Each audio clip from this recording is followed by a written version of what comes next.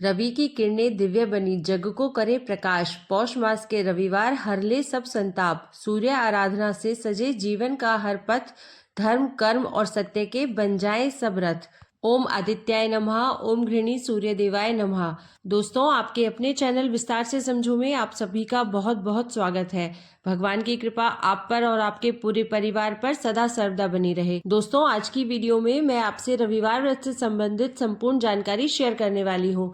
रविवार व्रत करने के क्या लाभ होते हैं, क्यों इसे करना चाहिए, कौन इस व्रत को धारण कर सकता है और जो भक्त रविवार का व्रत धारण करते हैं उन्हें कब से रविवार का व्रत शुरू करना चाहिए, कितनी संख्या में रविवार के व्रत करने चाहिए, व्रत में हमें क्या खाना चाहिए क्या नहीं खाना चाहिए और रविवार व्रत के नियम क्या होते हैं, पूजा विधि क्या होती है और आज के दिन भगवान सूर्यदेव को प्रसन्न करने के लिए किन मंत्रों का जाप करना चाहिए, किस प्रकार से उनकी पूजा आराधना करनी चाहिए, भोग में उन्हें क्या अर्पित करना चाहिए और अगर हम व्रत कर रहे हैं तो व्रत में क्या खाएं, व्रत खोलते समय क्या खाएं, व्रत कब खोलना चाहिए, मतलब रविवार व्रत से संबंधित जो भी आपके प्रश्न हो सकते हैं सभी प्रश्नों का उत्तर आपको आज की वीडियो में मैं शेयर करने वाली हूं। तो वीडियो को पूरा जरूर देखिए और अगर आपको आज की वीडियो अच्छी लगे तो इसे लाइक भी जरूर कीजिए। अगर आप चैनल पर पहली बार आए हैं तो चैनल को सब्सक्राइब जरूर कीजिए और कमेंट बॉक्स में जय मां लक्ष्मी जरूर लिखिए। तो सबसे पहले बात करेंगे रविवार व्रत की विधि के बारे में, लेकिन उससे पहले जानते हैं कि रविवार व्रत करने के लाभ क्या होते हैं और यह व्रत किस दिन धारण करना चाहिए। देखिए, रविवार का व्रत भगवान सूर्यदेव को समर्पित होता है। भगवान सूर्यदेव के निमित्त ये व्रत रखा जाता है। भगवान सूर्यदेव की कृपा पाने के लिए, उन्हें प्रसन्न करने के लिए रविवार का व्रत किया जाता है और भगवान सूर्यदेव अगर प्रसन्न हो जाते हैं तो आपके जीवन में कोई भी ऐसी कामना नहीं है जो पूर्ण नहीं हो, क्योंकि शास्त्रों के अनुसार भगवान सूर्यदेव 5 देवताओं में से एक देवता माने गए हैं और इसके अलावा ज्योतिष शास्त्र में ग्रहों का राजा भगवान श्री सूर्यदेव को ही माना गया है।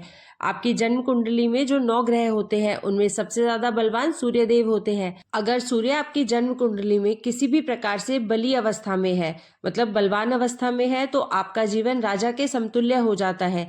मतलब आपके जीवन में किसी भी प्रकार का अभाव हो ही नहीं सकता है। और वहीं अगर सूर्य कमजोर हो जाता है तो ऐसी अवस्था में अगर आपकी जन्म कुंडली में कितने भी राजयोग लगे हों उनका आपको कोई लाभ नहीं मिलता है। तो जन्म कुंडली में सूर्य का मजबूत होना अत्यंत आवश्यक होता है। सूर्य को मजबूत करने के लिए ही सूर्यदेव के निमित्त हम रविवार का व्रत धारण करते हैं। यदि सरकारी नौकरी की कामना है तो ऐसे में आपको रविवार का व्रत जरूर धारण करना चाहिए, क्योंकि सूर्यदेव को उच्च पद का कारक माना गया है। इसलिए यदि आप रविवार का व्रत धारण करते हैं तो आपको सरकारी नौकरी मिलने में बहुत आसानी हो जाती है। इसके अलावा अगर आपको मान सम्मान की कामना है, प्रतिष्ठा की कामना है, चाहते हैं कि आपके जीवन में हर प्रकार की सुख सुविधा हो, तो ऐसे में आपको रविवार का व्रत जरूर धारण करना चाहिए। अच्छा, अगर आपको संतति की कामना है तो ऐसे में भी आपके लिए रविवार का व्रत करना अत्यंत आवश्यक है और बहुत से ऐसे लोग हैं जिनको पुत्र संतति की कामना होती है, उनके लिए तो सूर्यदेव का व्रत करना मतलब रविवार का व्रत करना अत्यंत ही आवश्यक है। रविवार का व्रत करने से लंबी आयु की प्राप्ति होती है, आरोग्य की प्राप्ति होती है। और हाँ, रविवार का व्रत आपको तब भी करना चाहिए अगर आपके पिता के साथ आपके रिश्ते अच्छे नहीं है, पिता नहीं है, तो ऐसे में भी आपके लिए रविवार का व्रत करना अत्यंत आवश्यक है। आपके पिता का स्वास्थ्य ठीक नहीं रहता है तब भी आप रविवार का व्रत धारण कर सकते हैं। मतलब देखिए, अगर आप ज्योतिष शास्त्र की भाषा में समझे तो भगवान सूर्यदेव राजा है और राजा के पास जाकर कौन सी ऐसी वस्तुएं हैं जो हमें प्राप्त नहीं हो सकती हैं। अगर भगवान सूर्यदेव बलवान अवस्था में है, ऐसे में रविवार का व्रत कोई भी धारण कर सकता है, बच्चे भी धारण कर सकते हैं, बड़े भी धारण कर सकते हैं, स्त्री पुरुष हर कोई अपनी मनोकामना को पूर्ण करने के लिए रविवार का व्रत धारण कर सकता है। अब बात करें कि कब से शुरू करना चाहिए, तो देखिए, किसी भी महीने की शुक्ल पक्ष के किसी भी रविवार से आप व्रत की शुरुआत कर सकते हैं। अब बहुत से भक्तों के प्रश्न आते हैं कि शुक्ल पक्ष क्या होता है, अमावस्या के बाद जो रविवार आता है इस रविवार से आप व्रत शुरू कर सकते हैं और कितनी संख्या में यह व्रत करना चाहिए, तो देखिए, शास्त्रों के अनुसार कम से कम 12 की संख्या में रविवार का व्रत किया जाता है। मतलब अगर आप बहुत ज्यादा व्रत नहीं कर पाते हैं तो कम से कम 12 रविवार के व्रत कर लीजिए और इससे अधिक करना चाहते हैं तो ऐसे में आप 30 रविवार भी व्रत धारण कर सकते हैं। और हाँ, 1 वर्ष तक भी रविवार का व्रत किया जा सकता है। इसके अलावा मतलब बहुत अधिक करना चाहते हैं तो बहुत से ऐसे भी लोग हैं, भक्तजन हैं, जो 12 वर्ष तक रविवार का व्रत करते हैं और 12 वर्ष के बाद रविवार व्रत का उद्यापन करते हैं। तो भक्तों की अपनी श्रद्धा होती है, कम से कम 12 रविवार जरूर करना चाहिए। और अब बात करें व्रत के नियम और पूजा विधि की, तो देखिए, जब आपको व्रत शुरू करना हो, मतलब जिस भी रविवार से आपको व्रत शुरू करना होता है, उस दिन आप प्रातःकाल जल्दी उठेंगे। देखिए, रविवार के व्रत में सूर्योदय का बहुत महत्व होता है, तो हमें सूर्योदय से बहुत पहले उठ जाना चाहिए ताकि सूर्योदय होने से पहले हम स्नान कर ले। और हाँ, सूर्योदय होने के बाद ही जल देना है, क्योंकि भगवान सूर्यदेव की जब किरणें पहले धरती पर आई है, जैसे कि आपको लालिमा जब आकाश में दिखाई देती है, तो भगवान सूर्यदेव को देखकर उन्हें प्रणाम करके और जल देना चाहिए। उगते हुए सूर्य को जल देने के बहुत सारे फायदे होते हैं, क्योंकि जब सूर्य की किरणें हमारे शरीर पर पड़ती हैं तो इससे हमारे जो सारे चक्र होते हैं वह बैलेंस हो जाते हैं, सभी ग्रहों का प्रभाव अनुकूल हो जाता है, हमारे शरीर की बहुत सारी नकारात्मक ऊर्जा समाप्त हो जाती है, कई बड़ी से बड़ी बीमारियां समाप्त हो जाती हैं भगवान सूर्यदेव को जल अर्पित करते समय, उनका दर्शन करने से। तो जब भगवान सूर्यदेव दिखाई देते हैं, इस समय उनको जल अर्पित करना ज्यादा श्रेष्ठ होता है। अब बहुत से भक्तों के मन में यह प्रश्न हो सकता है कि क्या हम ब्रह्म मुहूर्त में ही भगवान सूर्यदेव को जल दे सकते हैं। देखिए, वैसे तो उन्हें भगवान माना गया है, तो ऐसे में आप उनका कभी भी स्मरण करके और जल दे सकते हैं। लेकिन दर्शन करने के बाद जो जल दिया जाता है, मतलब सुबह की पहली किरण के साथ जो जल अर्पित किया जाता है, उसके लाभ बहुत अधिक है। इसलिए प्रयास करना चाहिए कि सूर्योदय की पहली किरण के साथ उनका दर्शन करते हुए हम जल अर्पित करें। अब बात कर लेते हैं जल अर्पित करने के लिए पात्र कैसे तैयार करें। तो सूर्यदेव को जल अर्पित करने के लिए आपके पास तांबे का पात्र होना ही चाहिए।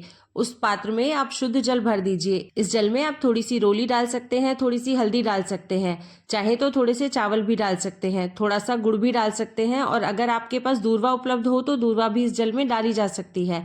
और लाल पुष्प हो तो आप लाल पुष्प का उपयोग भी कर सकते हैं, मतलब एक लाल पुष्प भी आप इस जल में डाल सकते हैं। देखिए, मैंने आपको कई सारी चीजें बताई हैं, शास्त्रों में इसी प्रकार से वर्णित है, तो ऐसे में आपको जानकारी देना अत्यंत आवश्यक है। लेकिन अगर आपके पास ये सभी चीजें उपलब्ध ना हो, तो ऐसे में जो चीज आपके पास उपलब्ध है उसी के द्वारा आप भगवान सूर्यदेव को जल दे सकते हैं। लेकिन देखिए, जल देने के लिए तांबे का पात्र अवश्य होना चाहिए, और अगर आपके पास सभी सामग्री नहीं है तो ऐसे में कम से कम रोली अवश्य डालिए जल के अंदर, या फिर आप लाल चंदन का प्रयोग कर सकते हैं, लेकिन लाल वस्तु डालकर ही भगवान सूर्यदेव को जल देना चाहिए। तो जल का पात्र तैयार कर लीजिए। उसके बाद जहां से भी भगवान सूर्यदेव दिखाई देते हो वहीं पर खड़े होकर भगवान सूर्यदेव को जल अर्पित कीजिए। जहां से आप जल देते हैं उस स्थान पर खड़े होकर 3 बार आपको भगवान सूर्यदेव की परिक्रमा करनी है। तो जिस स्थान पर आप खड़े हैं उसी स्थान पर क्लॉकवाइज अगर आप 3 बार घूम जाएंगे तो इसे ही भगवान सूर्यदेव की परिक्रमा कहा जाता है। और भगवान सूर्यदेव को जल देते समय आप मंत्र जाप करते रहिए। आप चाहें तो ओम घृणी सूर्यदेवाय नमः मंत्र का जाप कर सकते हैं, आप ओम ह्रीम सूर्याय नमः इस मंत्र का भी जाप कर सकते हैं, या फिर भगवान सूर्यदेव का वैदिक मंत्र होता है ओम ह्राम ह्रीम रोम सह सूर्याय नमः, इस मंत्र का भी जाप किया जा सकता है। या फिर आप चाहें तो भगवान सूर्यदेव के 12 नामों का उच्चारण करते हुए भी जल दे सकते हैं। तो पूजा करते समय मंत्र जाप करते रहना चाहिए। उसके बाद आप सूर्य भगवान को धूप दीप दिखाकर उनकी पूजा कर लीजिए। आप जैसे कि व्रत धारण कर रहे हैं तो अपने दाहिने हाथ में थोड़ा सा जल और पुष्प लेकर व्रत का संकल्प ले लीजिए कि आज से आप रविवार का व्रत प्रारंभ कर रहे हैं। किस मनोकामना से कर रहे हैं और कितनी संख्या में कर रहे हैं, यह भी आपको भगवान सूर्यदेव के सामने कहना है, और उनसे प्रार्थना कीजिए कि जो आपका यह व्रत है वो बिना किसी बाधा के निर्विघ्न रूप से पूर्ण हो जाए। आपकी वो मनोकामना भगवान सूर्यदेव की कृपा से पूर्ण हो, इस प्रकार से प्रार्थना कीजिए। और सूर्य भगवान से क्षमा प्रार्थना कर लीजिए कि जाने अनजाने में अगर व्रत में पूजा पाठ में किसी भी प्रकार की भूल चूक हो जाती है तो उसके लिए क्षमा प्रार्थना कर लीजिए। व्रत का संकल्प आपको भगवान सूर्यदेव के सामने ही लेना चाहिए। इसके बाद वो जल और पुष्प जो आपके हाथ में है वहीं पर जहां पर आप खड़े हैं उसे वहीं पर रख दीजिए। बाद में उसे उठाकर किसी गमले में डाल सकते हैं। और संकल्प लेने के बाद आज से आपका व्रत शुरू हो जाता है। अब आप नियम पूर्वक रविवार का व्रत धारण कर सकते हैं। अच्छा, यहाँ पर मैं एक बात बता देती हूँ कि बहुत से लोगों के यहाँ से सूर्य भगवान दिखाई ही नहीं देते हैं। तो उन लोगों के मन में यह प्रश्न हो सकता है कि अगर हमारे घर से सूर्य भगवान दिखाई नहीं देते हैं तो हम ऐसे में व्रत पूजा किस प्रकार से करें और व्रत का संकल्प किस प्रकार से लें। तो देखिए, यदि आपके घर से सूर्य दिखाई नहीं देते हैं तो कोई बात नहीं, आप अपने घर में भगवान सूर्यदेव का एक चित्र रखिए। और हाँ, भगवान सूर्यदेव का चित्र खरीदते समय इस बात का ध्यान रखना चाहिए कि हम जो भगवान सूर्यदेव का चित्र खरीद रहे हैं उसमें सिर्फ सूर्य का गोला ही होना चाहिए, मतलब पैरों के साथ भगवान सूर्यदेव की मूर्ति चित्र नहीं होना चाहिए। इस बात का आपको ध्यान रखना है। तो भगवान सूर्यदेव की मूर्ति या फिर फोटो जो भी आपके पास उपलब्ध हो मंदिर में रख लीजिए और प्रतिदिन उनकी पूजा भी कर सकते हैं। रविवार के दिन अगर आपको सूर्य देवता दिखाई नहीं देते हैं तो भगवान सूर्यदेव के सामने मतलब आप अपने घर के मंदिर में ही उनके सामने खड़े होकर आप जल दे सकते हैं, मंत्रों का जाप कर सकते हैं, पूजा आराधना कर सकते हैं। व्रत कर रहे हैं तो व्रत का संकल्प भी ले सकते हैं और अगर ऐसा भी संभव ना हो तो मन में सिर्फ भगवान सूर्यदेव का ध्यान कर लीजिए और मानसिक रूप से भगवान सूर्यदेव का अपने मन में स्मरण करते हुए और जल अर्पित कर सकते हैं। पूजा पाठ, व्रत का संकल्प सब कुछ कर सकते हैं। मतलब देखिए, व्रत के लिए श्रद्धा होना आवश्यक है, विश्वास होना आवश्यक है। बाकी की सभी सामग्री अगर होती है, अत्यंत श्रेष्ठ, नहीं मिलती है तो कोई बात नहीं। और अब जानते हैं कि व्रत के नियम और पूजा विधि के बारे में। तो जैसे कि मैंने आपको बताया, आपने भगवान सूर्यदेव के सामने ही व्रत का संकल्प ले लिया, भगवान सूर्यदेव की पूजा कर ली। अब आप चाहें तो अपने घर के मंदिर में बैठकर जैसे कि रोज की पूजा की जाती है आप वो कर सकते हैं। इसके साथ ही आप आदित्य हृदय स्त्रोत का पाठ जरूर करेंगे। देखिए, जिस दिन आप व्रत धारण कर रहे हैं यानी कि रविवार का दिन, तो आज का दिन आप भगवान सूर्यदेव को समर्पित कर दीजिए पूरी तरह से। आप उस दिन मंत्रों का जाप कीजिए, ध्यान कीजिए, उन्हीं की तरह आचरण कीजिए। जैसे कि आपको आज के दिन लाल रंग के वस्त्र धारण करने चाहिए, लाल रंग का तिलक अपने मस्तक पर लगाना चाहिए, किसी भी प्रकार से क्रोध नहीं करना चाहिए, तामसिक विचारों का त्याग कर दीजिए। मतलब आज मन में बुरे विचार नहीं आने चाहिए। इन सभी बातों का आपको ख्याल रखना चाहिए। और हाँ, रविवार का व्रत करने वाले को रविवार के दिन बालों की कटिंग या शेविंग नहीं करानी चाहिए। अगर महिलाएं यह व्रत धारण कर रही हैं तो आज के दिन आपको बाल नहीं धोने चाहिए। मतलब देखिए, आपको शैम्पू नहीं करना चाहिए। अगर आप चाहें तो अपने सर पर से पानी डाल करके नहा सकते हैं। और अब जानते हैं कि व्रत में क्या खाना चाहिए और क्या नहीं खाना चाहिए। और अगर आप व्रत धारण कर रहे हैं, भगवान सूर्यदेव की पूजा कर रहे हैं, तो भगवान सूर्यदेव को भोग में क्या अर्पित करें और भोग कब लगाएं। देखिए, सुबह की पूजा करते समय ही भगवान सूर्यदेव को भोग अर्पित किया जाता है। तो आप चाहें तो गुड़ का भोग लगा सकती हैं या गुड़ से बनी हुई किसी भी वस्तु का भोग लगाया जा सकता है। जैसे कि गेहूं के आटे और गुड़ से हलवा बनाकर इसका भोग भी लगाया जा सकता है। और इसके अलावा भगवान सूर्यदेव को लाल फलों का भोग लगाया जाता है। तो आप सेब का भोग लगा सकते हैं, अनार का भोग भी लगाया जा सकता है। तो इस प्रकार से आप अपनी शक्ति, सामर्थ्य और इच्छा के अनुसार किसी भी वस्तु का भोग लगा सकते हैं। लेकिन गुड़ या गुड़ से बनी हुई वस्तुएं विशेष रूप से भगवान सूर्यदेव को प्रिय होती है। और हाँ, आप अपने घर के मंदिर में भी भोग लगा सकते हैं। जैसे कि आप जल ऊपर दे रहे हैं, छत पर दे रहे हैं या बालकनी में दे रहे हैं, तो जल देकर घर के अंदर मंदिर में आ जाइए। मंदिर में जब आप पूजा करेंगे तो पूजा करते समय भगवान सूर्यदेव का ध्यान करते हुए गुड़ या फिर गुड़ से बनी वस्तु का भोग लगा दीजिए। और हाँ, भगवान सूर्यदेव को जल देते समय भी आप उसके पात्र में थोड़ा सा गुड़ डाल सकते हैं। और अब जानते हैं कि व्रत में क्या खाना चाहिए और क्या नहीं खाना चाहिए। तो देखिए, सभी व्रत की तरह रविवार का व्रत भी फलाहार के द्वारा ही किया जाता है। कोई सा भी फल आप इसमें ले सकते हैं। मतलब फल, दूध, जूस इत्यादि लेकर आप रविवार का व्रत धारण कर सकते हैं। इस व्रत में सूर्यास्त से पहले भोजन किया जाता है, सूर्यास्त होने के बाद भोजन नहीं करना चाहिए। तो सूर्यास्त होने के पहले ही आपको भोजन करना है। भोजन आप क्या करेंगे, जो भी आप भोग लगाते हैं भगवान को, उस वस्तु का प्रसाद स्वरूप पहले खाएंगे। उसके साथ ही मीठा भोजन किया जाता है। तो आप चाहें तो गुड़ या रोटी खा सकते हैं। मतलब गुड़ विशेष होता है आज के दिन खाना। गुड़ का हलवा बना करके खा सकते हैं। आप चीनी का प्रयोग भी कर सकते हैं, लेकिन प्रयास करना चाहिए कि गुड़ का सेवन आज के दिन जरूर करें। थोड़ा सा गुड़ ले सकते हैं, बाकी आप चीनी ले सकते हैं, दूध भी ले सकते हैं, कोई समस्या नहीं होती है। देखिए, रविवार के व्रत में भूल से भी नमक का सेवन नहीं करना चाहिए। सेंधा नमक भी नहीं खा सकते हैं, इस बात का आपको ध्यान रखना है।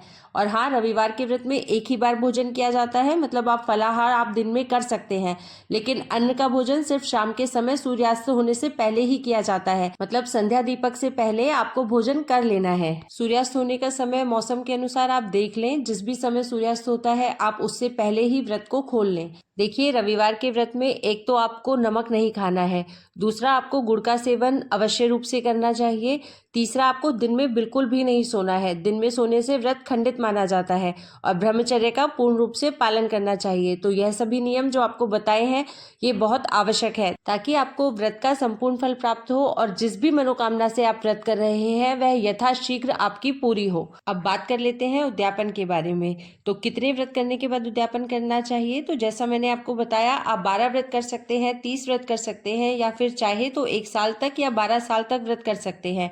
जब आप व्रत की संख्या पूर्ण कर लेते हैं, जैसे कि अगर आपने 12 व्रत का संकल्प लिया है तो 12वें व्रत वाले दिन ही आपको उद्यापन करना है। तो 12वें रविवार को आप इस प्रकार से पूजा करेंगे जिस प्रकार से आप करते हैं, लेकिन उद्यापन वाले दिन हवन जरूर करना चाहिए। आप चाहे तो प्रत्येक रविवार को भी हवन कर सकते हैं भगवान सूर्यदेव के मंत्रों द्वारा। आप चाहे तो प्रत्येक रविवार को 11 आहुति, 108 आहुति या 21 आहुति दे सकते हैं, लेकिन हर रविवार को नहीं भी कर पाते हैं तो उद्यापन वाले दिन आहुति देना मतलब यज्ञ करना आवश्यक होता है, हवन करना आवश्यक होता है। तो उद्यापन वाले दिन हवन कर लीजिए। चाहे तो ब्राह्मण बुलाकर विधि विधान से हवन करवा सकते हैं, पूजा करवा सकते हैं, या फिर स्वयं भी कर सकते हैं। पूजा की विधि जैसे कि हर बार भगवान सूर्यदेव को आप जल अर्पित करते हैं, इसी प्रकार से करेंगे। और जो भी आप मंत्र जाप करते हैं या आदित्य हृदय स्रोत का पाठ करते हैं, मतलब जो भी आप मंत्र जपते हैं, इस मंत्र को उस दिन भी आप जपेंगे। और उसके बाद उन्हीं मंत्रों के द्वारा 21 या फिर 11 या फिर 108 मंत्रों की आहुति दे देंगे। उसके बाद कुछ वस्तुओं का दान करेंगे। तो दान किस चीज का करना है? देखिए, भगवान सूर्यदेव का दान होता है तो घी का दान कर सकते हैं, मतलब शुद्ध घी का दान, गाय के घी का दान किया जाता है। और लाल चंदन का दान आप कर सकते हैं, लाल वस्त्रों का दान कर सकते हैं, लाल फल, लाल फूल, गुड़ का दान भी आप कर सकते हैं। और हाँ, अगर आप सामर्थ्यवान हैं तो सोने का भी दान कर सकते हैं। तो देखिए, दान तो आपकी अपनी इच्छा पर निर्भर करता है, आप किसी भी वस्तु का और कितनी भी संख्या में दान कर सकते हैं। तो यथासंभव यथाशक्ति आप दान कर दीजिए ब्राह्मण को, और अपना व्रत भगवान सूर्यदेव को समर्पित करके उनसे प्रार्थना कीजिए कि हे सूर्य भगवान, मैंने आपकी कृपा से जितने भी मैंने संकल्प लिए थे व्रत के, वो आज पूर्ण कर दिए हैं। मेरा व्रत, मेरी पूजा स्वीकार कीजिए, और मुझसे जाने अनजाने व्रत में या पूजा पाठ में किसी भी प्रकार की भूल चूक हुई हो तो उसके लिए मुझे क्षमा कीजिए। मेरे व्रत का, मेरी पूजा का संपूर्ण और शुभ फल मुझे प्रदान कीजिए। इस प्रकार से प्रार्थना करनी चाहिए और भगवान सूर्यदेव को समर्पित भाव से, श्रद्धा भाव से नमस्कार करना चाहिए। तो अब आपका व्रत पूर्ण हो जाता है। आप निश्चिंत रहिए। जो भी आपने व्रत किया है, पूजा पाठ किया है, मंत्र जाप किया है, जरूरी नहीं है कि 12 रविवार में या फिर 30 रविवार में आपकी मनोकामना पूर्ण हो, लेकिन मनोकामना पूर्ण अवश्य होगी, इस बात का ध्यान रखिए। कई भक्त ऐसे भी होते हैं जिनकी मनोकामना 1 या 2 रविवार में भी पूर्ण हो जाती है। तो श्रद्धा भाव से व्रत कीजिए, नियम पूर्वक व्रत का पालन कीजिए, तो निश्चित ही आपकी मनोकामना कोई भी हो पूर्ण होती है। उम्मीद करती हूँ कि रविवार व्रत से संबंधित ये जानकारी आपके लिए अवश्य ही उपयोगी होगी। और हाँ, इस व्रत से संबंधित अगर आपका कोई भी प्रश्न है तो आप उसे जरूर कमेंट बॉक्स में लिख दीजिए, उसका उत्तर आपको यथाशीघ्र ही मिल जाएगा। अगर आपको यह वीडियो उपयोगी लगा हो तो वीडियो को लाइक करें और चैनल को सब्सक्राइब अवश्य करें, और कमेंट बॉक्स में सूर्य भगवान की जय जरूर लिखें।